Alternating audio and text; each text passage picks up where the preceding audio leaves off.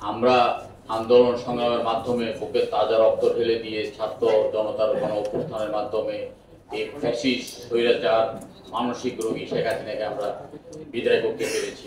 আল্লাহর কাছে শুকরিয়া।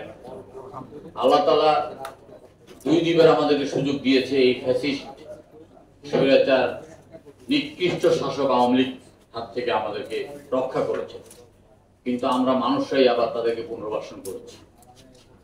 আজকে ইসলামী আন্দোলন বাংলাদেশ যে দাবি করেছেন আওয়ামী লীগকে নিষিদ্ধ করার জন্য, এই দাবির সাথে একেবারে সম্পূর্ণভাবে একমত। আওয়ামী লীগকে শুধু নিষিদ্ধ করার দাবি নয়, আমরা চলনে বলনে কথাবার্তায় আচার আচরণে সামাজিক অনুষ্ঠানে আত্মীয়তায় সর্বক্ষেত্রে আওয়ামী লীগকে বর্জন করতে হবে। আমরা যখন নির্বাচনী এলাকায় যাই তখন বলি আওয়ামী লীগের সাথে কোনো সামাজিক সম্পর্ক রাখা যাবে না, আওয়ামী লীগের সাথে কোনো আত্মীয়তা করা যাবে না, আওয়ামী লীগ কোনো সুষ্ঠু রাজনৈতিক দল নয়। আওয়ামী লীগ ধর্মের মধ্যে পর্যন্ত বিভাজন করেছে। আওয়ামী ধর্ম নামে একটা নতুন ধর্ম প্রতিষ্ঠা করেছে, যে ধর্মের লোকেরা টুঙ্গি পাড়া গেলে মক্কা মদিনার ফ্লেভার পায়, তাদের সাথে আত্মীয়তা করা হারাম। আমরা সেই মতবাদে বিশ্বাস করি। আওয়ামী লীগের বিরুদ্ধে আমাদের কঠোর অবস্থান। আওয়ামী লীগকে নিষিদ্ধ করার জন্য যত কিছু করা দরকার আমরা করতে রাজি আছি। দ্বিতীয় যে বিষয়টা আনতে চাই সেটা হলো তত্ত্বাবধায়ক সরকারকে আরো কঠিন হতে হবে, কঠোর হতে হবে, দৃশ্যমান হতে হবে।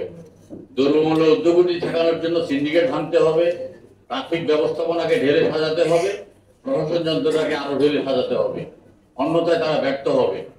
আমরা এই ছাত্র গণ অভ্যুত্থানে এমন অনেক উপদেষ্টাকে পেয়েছি যাদেরকে আমরা কল্পনা করি নেই।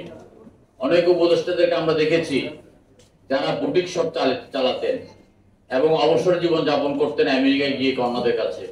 তারা আমেরিকা থেকে উড়ে এসে উপদেষ্টা মন্ডলী সামিল হয়েছেন। তাদের থেকে আমরা খুব বেশি কিছু আশা করতে পারি না। তাদের পরিবর্তে কঠোর কর্মঠ দেশপ্রেমিক রাফ এন্ড টাফ উপদেষ্টা দরকার এই দেশটাকে আপনার সঠিক লাইনে আনার জন্য।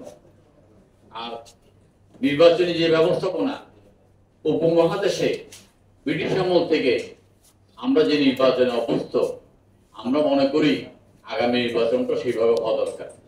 প্রতিনিধিত্বশীল নির্বাচন পৃথিবীর যেসব দেশে আছে সেসব দেশের 100 বছরের গণতন্ত্রের ইতিহাস, শতবার শিক্ষিত। সেই ব্যবস্থাপনা আমরা যদি হঠাৎ করে আনতে চাই তাহলে আসলে আমাদের মধ্যে বিভাজন হবে, নির্বাচন প্রলম্বিত হবে এবং নির্বাচন প্রলম্বিত হবে এই জাতি ক্ষতিগ্রস্ত হবে। আমরা বলতে চাই যে আমরা আগে শুনেছি যে সিপিবি এবং বাসদ এই দুটি রাজনৈতিক দল ক্ষীণকণ্ঠে প্রতিনিধিত্বশীল নির্বাচনের কথা বলতেন, অন্য মেজর রাজনৈতিক দলগুলো কথা বলতেন না। 5ই আগস্টের পরে এই আলোচনাটা এসেছে, ভালো কথা। এটাকে শতভাগ ঐক্যমতে পড়তে হবে। শতভাগে ঐক্যমতে পড়তে গেলে আমাদের যে সময়টা দরকার হবে সেই সময়টা ক্ষেপণ করার মতো সময় আমাদের নেই।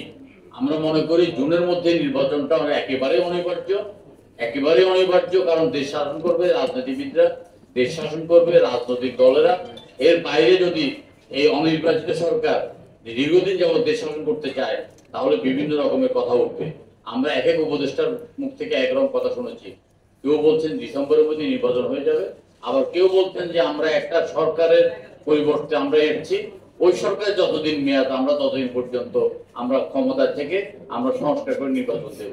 এই ধরনের কথা বলে আপনার জনগণকে খেপিয়ে না তোলে তারা যে নির্বাচন করতে এসছে নির্বাচনের দায়িত্বটা পালন করেন।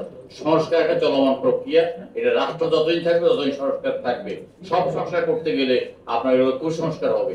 নির্বাচনকে সুষ্ঠু এবং সুন্দর করার জন্য যে সংস্কারগুলো দরকার সেই সব সংস্কারগুলোর দিকে মনোযোগ দেওয়ার জন্য, দ্রব্যমূল্যর সিন্ডিকেট ভেঙে দেওয়ার জন্য, ট্রাফিক ব্যবস্থাপনাটাকে আরো সুন্দর করার জন্য এবং বিগত 3টা নির্বাচনে যারা নির্বাচনকে ধ্বংস করার জন্য দায়ী তাদেরকে আপনার অপসারণ করার জন্য সরকার থেকে ওএসডি সিস্টেম না করে তাদেরকে একেবারেই 25 বছর যাদের চাকরির বয়স হয়েছে তাদেরকে বাড়ি পাঠিয়ে দেওয়ার জন্য এই অনুরোধ রাখছি তত্ত্বাবধায়ক সরকারের প্রতি।